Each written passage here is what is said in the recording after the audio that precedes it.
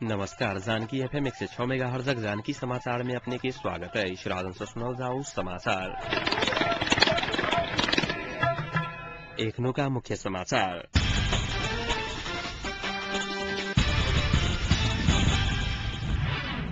आय व्यय के विवरण बजट राष्ट्रपति समक्ष अनुमोदन के लेल प्रस्तुत करे के तैयारी कैला बादो सफल होबा नहीं सकल।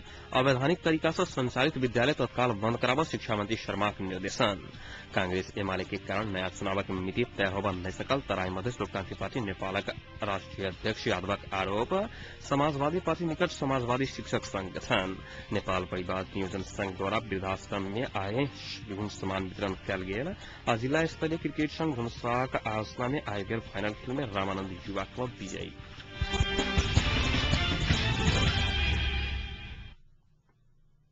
सत्तारूढ़ दल सब चालू आर्थिक वर्ष के आय व्यय के विवरण बजट राष्ट्रपति समक्ष अनुमोदन के लिए आय प्रस्तुत करके तैयारी कला बादो सफल होबा नहीं सकल। प्रधानमंत्री तथा मंत्री परिषद कार्यालय सिंह में आई बैसल सत्तारूढ़ दल सबक बैसार से ऐसा पहिने के सरकार लौने नीति तथा कार्यक्रम के निरंतरता देख पूर्ण बजट संबंधी अध्यादेश राष्ट्रपति समक्ष पठावा के निर्णय कल गेल छल। बैसारक बाद अर्थमंत्री वर्षमान पूर्ण राष्ट्रपति कहने सका नया कोनो कार्यक्रम सब नहीं राख अगाड़िए के साल के कार्यक्रमक लेल बजट तैयार करने जानकारी देने छलखिन। सत्तारूढ़ दलक निर्णय पश्चात बजट के जानकारी क्रम प्रधानमंत्री डॉक्टर बाबूराम भट्टराय राष्ट्रपति के भेट गेल छलाइक। प्रधानमंत्री बजट के संबंध में जानकारी करला बाद राष्ट्रपति 4 दल संग छलफल कर मात्र निर्णय करत बतौला बाद अध्यादेश पेश करे के काज रोकल गेल छल।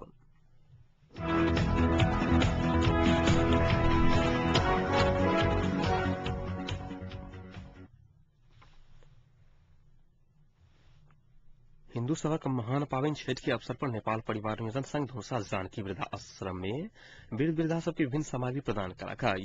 संघ आय कार्यक्रम के बीच वृद्ध वृद्धा सबके एक साड़ी तथा पैंट शर्ट, एक कपड़ा धोवे वाला और नहाय वाला साबुन, केस में लगावे वाला तेल, फल फूल और नगद 25 रुपया के दर से वितरण करा।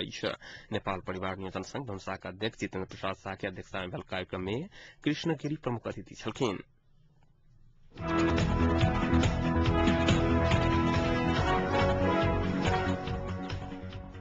शिक्षा मंत्री दीननाथ शर्मा कोनो भी बहाना में शैक्षिक संस्थान में आंदोलन का तालाबंदी करवाला सबके सरकार कार्रवाई करत बतबैत सिराहा विभिन्न ठाम में अवैधानिक रूप से संचालित विद्यालय सब तत्काल बंद करावा जिला शिक्षा कार्यालय सिराहा के निर्देशन देना। आई सिराहा में आज जानकी विश्वनाथ स्मृति दिवस के संबोधन करते मंत्री शर्मा शैक्षिक क्षेत्र में अचेरी के कारण शैक्षिक आवश्यकता बढ़त बतलखिन। वो सिराहा में अधिक से अधिक संख्या में निरीक्षक रहल बतबैत सरकार लायक पड़ला कारण साक्षरता अभियान में संलग्न होवा सबके आग्रह कैलखिन। वो सरकारी कर्मचारी सबक घर में निरीक्षक व्यक्ति भेटल तो उक्त कर्मचारी के तत्काल कार्रवाई करके चेतावनी समेत देलखिन। शिक्षा मंत्री शर्मा प्रधानमंत्री तत्काल राजनामा नहीं देत बतौलखिन। अभी भी शिक्षा मंत्री दीननाथ शर्मा के सिराहा के थाना चौक में नेवी संघक सिराहा कार्यकर्ता सब कारी झंडा दिखाए छ।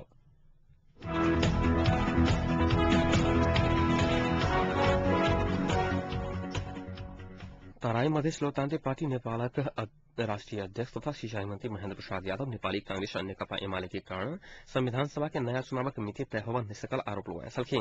गृह जिला सर्लाही पहुंचल सिंचाई मंत्री यादव गांवी सोम नौकलवा में आज आयोजित कार्यकर्ता भेंटघाट में सत्तारूढ़ दल सब संविधान सभा के नया चुनाव की मिति तय कर तैयार भेला बाद विपक्षी दल सभा कारण अटकल हम बतौलखिन।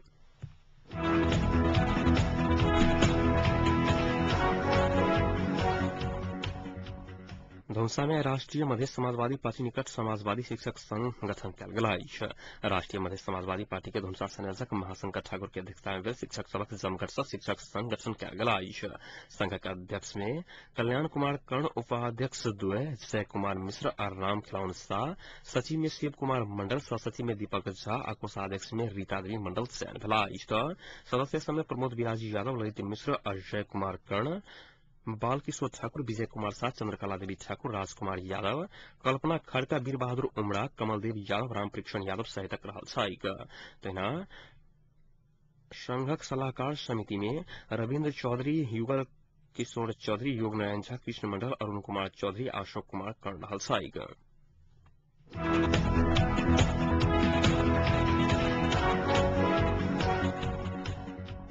प्रधानमंत्री डाक्टर बाबूराम भट्टराय उप प्रधानमंत्री नारायण काजी श्रेष्ठ संघ आई प्रजातंत्र तथा विश्व मामिला संबंधी अमेरिकी उप मारिया अथेरो भेट कैंसल किन नेपालक 3 दिने भ्रमण के क्रम में बीतल रात नेपाल आयल उप विदेश मंत्री अथेरो भेट में नेपालक वर्तमान राजनीतिक स्थिति संविधान सभा के निर्वाचन राजनीतिक दल सब संघक सहमति के प्रयास बारे चैक दिखवासल किन भेट में प्रधानमंत्री विपक्षी दल सब संघ शीर्ष संसद नया निर्वाचन की घोषणा करत अंतिम प्रक्रिया के निष्कर्ष में पहुंचावा सरकार लायक चुकल हुनक सेवकीय सचिव नारायण श्रेष्ठ जानकारी प्राणी तथा तृप्ति शरणार्थी बात समेत उप विदेश मंत्री व्यक्त करने सलखीन प्रधानमंत्री शरणार्थी संबंधी सब समस्या समाधान कर अपने प्रतिबद्ध रहो प्रधानमंत्री एरो भेट का समसामयिक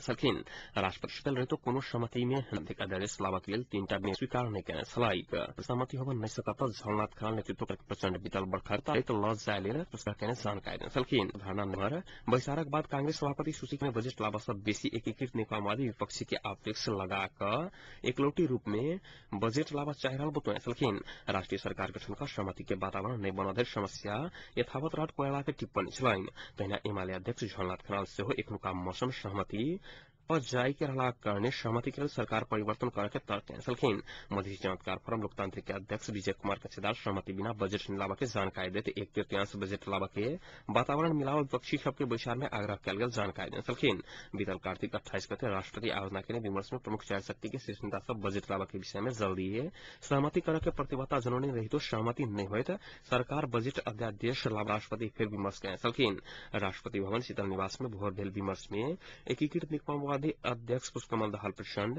नेपाली कांग्रेस सभापति सुशील कोइराला नेकपा एमाले अध्यक्ष झलनाथ खनाल आ मधेसी मोर्चा के दिशा मधेसी जानकार फोरम लोकतांत्रिक के अध्यक्ष विजय कुमार गसेदार के सहभागिता रहल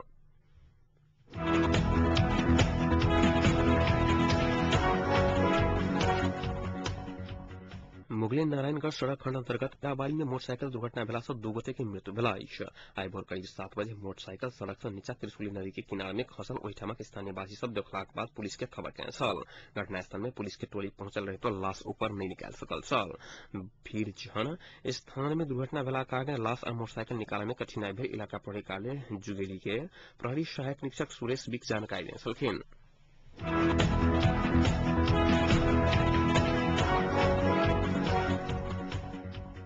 भारत से अवैध रूप में नेपालक सीमा में आनल जा रहा मुर्गा के बच्चा धनुषा पुलिस नियंत्रण में लगाई सीमावर्ती क्षेत्र से नेपाल लावा के क्रम में सबैला पुलिस सबैला स्थित हनुमान चौक से 9 से मुर्गा के बच्चा नियंत्रण में लेने जिला प्रहरी धनुषा जरूर लगाई विभिन्न प्रकार के रोक के देखते नेपाल सरकार भारत से पण्य पदार्थ के आयात पर रोक लगौने नियंत्रण में लेल मुर्गा के बच्चा के आवश्यक अनुसंधान के पशु क्वारेंटाइन कार्यालय के जिम्मा लगाओल गेल जिला प्रहरी धनुषा प्रहरीक्षक गोविंदपुरी जानकारी देने सलखीन तहिना सबैला पुलिस आई भारत से अवैध रूप में नेपाल आनल जा रहा 50 किलो चीनी और 2 टीन तेल सेवा नियंत्रण लेने पुलिस लगाई एहि बीच महेंद्रनगर ढलकेवर सड़क खंड स्थित एक पुलिस नीचा से मृत अवस्था में एक नवजात शिशु के लाश भेटल जिला प्रहरी धनुषा से प्राप्त जानकारी अनुसार सड़क खंड में रहल एक टूटल पुल के नीचा से सब बरामद भेल घटना के संबंध में आवश्यक अनुसंधान भ रहल पुलिस लगाई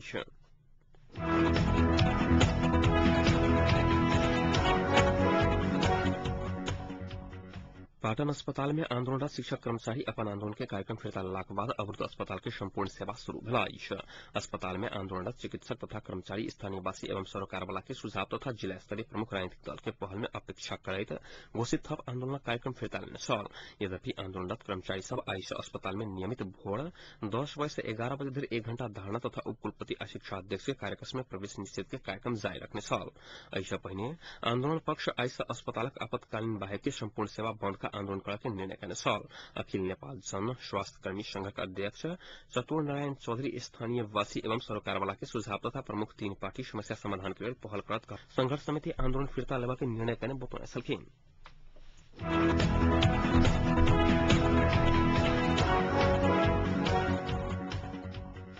भाई बहिनक प्रेमक प्रतीक सामा चकेवा सेहो आइ विधिवत रूप से शुरू भेल सामा चकेवा पावनि मनाब मिथिलाक परंपरा रहल शुगला लगायत के पात्र स्त्री आ चकेवा पुरुष पात्र रहल के प्रशंसा तथा माध्यम से गढ़ पढ़े मनोरंजन पूर्णिमा चकेवा एहि बीच मनपा मनाओल जा रहल भरि निराहार व्रत करे आ रात में चंद्रमा उगला के बाद चंद्रमा चढ़ाकर खीर प्रसाद के रूप में सहकारी में धैर्य कान दात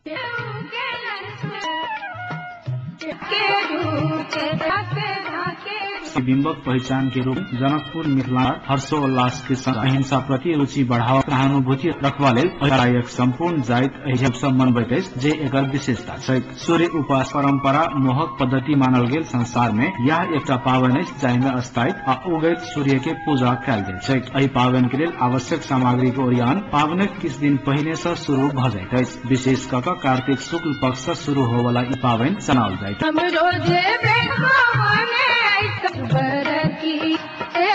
कार्तिक चतुर्दशी दिन पावनि के मनावक शुरू करे छै समाप्त होइत अछि। पहिल दिन अर्थात चतुर्दशी दिन के अरबा या नहाय खाय कहल जाइत अछि। एहि दिन में व्रतालु सब नदी पोखरि तालाब जलाशय आदि में नहा कर शुद्ध भ कर शुद्ध खाना खायल करे छै। व्रतालु सब भोजन में माछ मांस लहसुन प्याज आ मरुआ सहितक चीज त्याग कर एहि दिन से व्रत शुरू कर दैत छै। पंचमी तिथि के खरना अर्थात पापक क्षय कहल जाइत अछि। खरना साँझुक अर्घ से एक दिन पहिने रहला कारणे एहि दिन में व्रतालु सब दिन भरि उपास कऽ साँझ में स्नान कऽ अपन कुल देवता स्थापना केने पूजा घर में नव चूल्हा बनाकर प्रसाद बनबैत छै। प्रसाद के रूप में विशेष कऽ केरा आ खीर लेल जाइत अछि। जकरा बाद गाय गोबर से नीप पोति कऽ अरवा चाउर से तैयार आटाक अरिपन दऽ कऽ व्रतालु साँझ में चंद्रमा के खीर चढ़ा कऽ प्रसाद ग्रहण करैत छै। खरना दिन से व्रतालु पूर्ण व्रत लै छै जे सप्तमी दिन उगैत सूर्य के अर्घ दऽ कऽ समाप्त होइत अछि। खष्ठी अर्थात तेसर दिन गहूम आ चाउर जांत तथा ढेकी में कूट पीस कऽ एकर आटा से छठि पावनक सामग्री तैयार कयल जाइत अछि। छठि पावनक सामग्री तैयार करे काल विशेष होशियार रह पड़ैत अछि। पूजाक सामग्री निरैठ आ शुद्ध राखऽ पड़ैत छै। पूजाक सामग्री झूठ भेला पर अनिष्ट भ जाइत अछि जन विश्वास अछि। जाहि कारणे पूजा सामग्री तैयार करे काल महिला सब श्रद्धापूर्वक गीत सेहो गायल करैत छथि।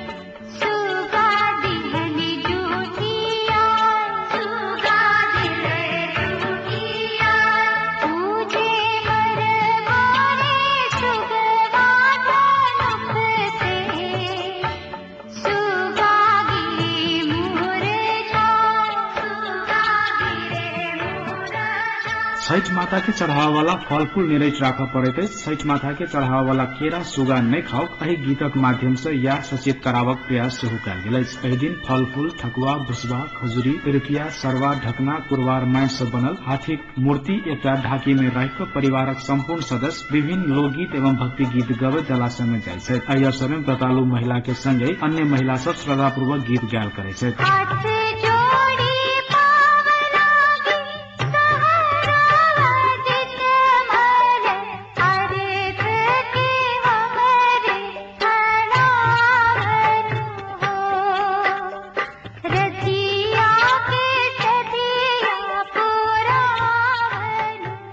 जलाशय में पूजन सामग्री सब घाट पर रखबा से पहिने ओहिठाम नीक जकाँ सर सफाई कयल जाइत अछि। जकर बाद व्रतालु अस्त भ रहल सूर्य के प्रसाद स्वरूप अर्घ देवा लेल जलाशय में प्रवेश कर सूर्यास्त होबय धरि आराधना करैत छथि। पावनि के चारिम दिन अर्थात पारण एहि दिन भिनसर उषा काल में व्रतालु सब पुनः जलाशय पहुंच कर प्रातः कालीन सूर्य के अर्घ द पावनि के समापन करैत छथि। व्रतालु सब छठि व्रतक कथा सेहो सुनल करैत छथि आ सुनाल करैत छथि। धैर्यकांत दत्त, जानकी FM, जनकपुर।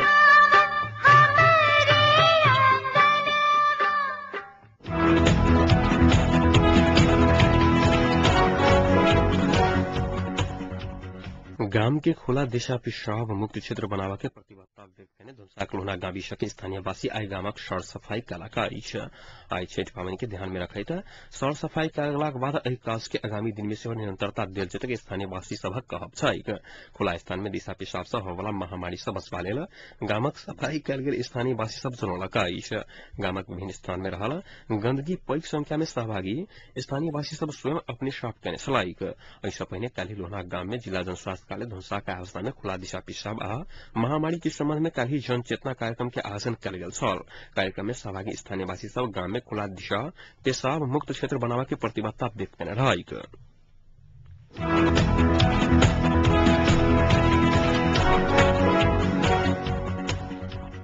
नेपाली कांग्रेसक वरिष्ठ नेता शेर बहादुर देउवा वर्तमान सरकार के विघटन नहीं होवत है बजट नहीं अब बुतोय सकिन 10 दिनक सुदूर पश्चिम भ्रमण में आयल देउवा धनगढ़ी संचारकर्मी सब संग बातचीत कराई प्रधानमंत्री की सहमति के लिए मार्ग प्रशस्त करापत बतौया सलखेन देवबाद देशक गतिरोध अंत्य के लिए राजनीतिक दल सभी सहमति अनिवार्य रहल आ सहमति के विकल्प नहीं रहल बतपैत प्रधानमंत्री सहमति के वार्ड चुनाव के सट्टा चुनाव की घोषणा कर देश के उजराहट में रखने बतौया सलखेन। अही बीच 2007 साल के जन क्रांति के शहीद सबके याद में आयोजित सदरमुकाम गोर में शहादत दिवस मनाओल गला। गौर स्थित जिला अदालत प्रांगण में एक कार्यक्रम के बीच शहादत दिवस मनाओल गला। कार्यक्रम में 2007 साल जन क्रांति के प्रथम शहीद श्री प्रसाद कुमार नंदू शाह आ रतिगिरी लगायत ज्ञात अज्ञात शहीद सबके त्याग आ बलिदान के कदर कर श्रद्धांजलि अर्पण कल गला। कार्यक्रम के वक्ता सब शहीद सबके त्याग आ बलिदान के विषय में विस्तृत चर्चा केने छल।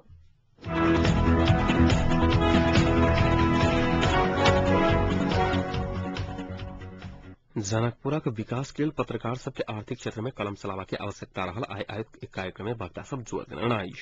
आर्थिक पत्रकार संघ धनुषा के आयोजना में आज जनकपुर में आज शुभकामना आदान प्रदान कार्यक्रम में वरिष्ठ पत्रकार राजेश्वर नेपाली जनकपुरक विकास के लिए युवा सबके सक्रिय हेबाक जरूरी रहल बतौया सलखेन।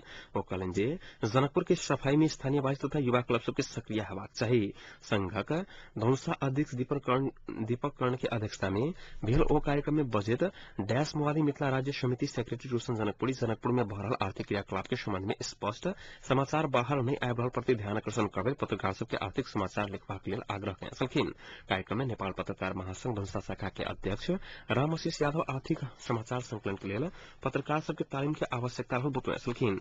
कार्यक्रम में प्रेस काउंसिल के सदस्य नवल किशोर यादव आर्थिक पत्रकार संघक मध्यमांचल मध्य तराई क्षेत्रीय उप संयोजक किरण कर्ण मधेश मीडिया मिशन के धनुषा अध्यक्ष शैलेन्द्र शाह प्रेस यूनियन के अध्यक्ष प्रवीण शाह पूर्व संयोजक रामव्रत शाह महासंघ केंद्रीय पार्षद कमल शाह प्रेस चुताई के धनुषा सचिव अजय अनुरागी मधेसी पत्रकार समाजक केंद्रीय सदस्य अतीश मिश्र जिला धनुषा अध्यक्ष सुभाष कर्ण पूर्व अध्यक्ष घनश्याम मिश्र महासंघक उपाध्यक्ष अनिल मिश्र लगायत के पत्रकार सब शुभकामना मंतव्य के क्रम में जनकपुरक आर्थिक अवस्था के केंद्रित कर समाचार लिखबाक आवश्यकता बतौया छलखिन।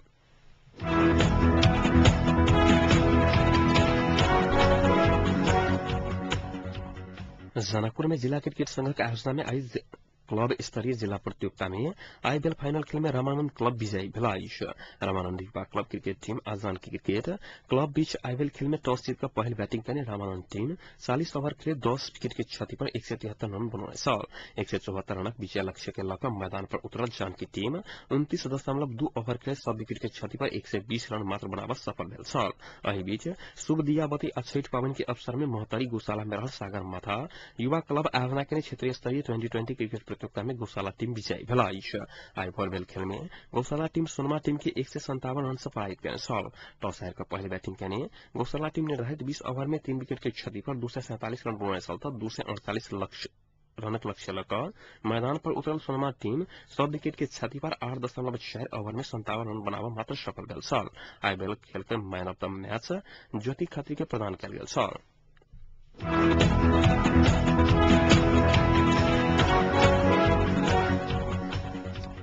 अब तापक्रम जनकपुर तापक्रम 26 डिग्री सेल्सियस रहला।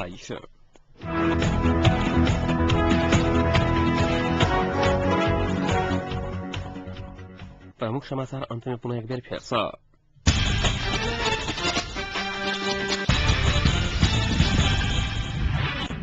आय व्यय के विवरण बजट राष्ट्रपति समक्ष अनुमोदन करक लेल प्रस्तुत करक के तैयारी भेला बादो सफल होबा नहीं सकल। नेपाल परिवार नियोजन संघ द्वारा वृद्धाश्रम में विभिन्न सामान सब कयल गेल वितरण। अवैधानिक तरीका से संचालित विद्यालय तत्काल बंद करावा शिक्षा मंत्री शर्मा के निर्देशन। कांग्रेस एमाले के कारण नया चुनावक मिति तय होबा नहीं सकल। तराई मधेश क्रांति पार्टी नेपाल के राष्ट्रीय अध्यक्ष यादव आरोप। समाजवादी पार्टी निकट समाजवादी शिक्षक संघ गठन और जिला क्रिकेट संघ धनुषा के आयोजना में आईपीएल फाइनल खेल में रामानंद क्लब विजयी। संग एक नुका जानकी समाचार यतै सम्पन्न होते पुनः 9:55 में जानकी समाचार संग उपस्थित रहबेटा करब ताधि के लिए सुनते जानकी FM 106 मेगाहर्ट्ज। नमस्कार।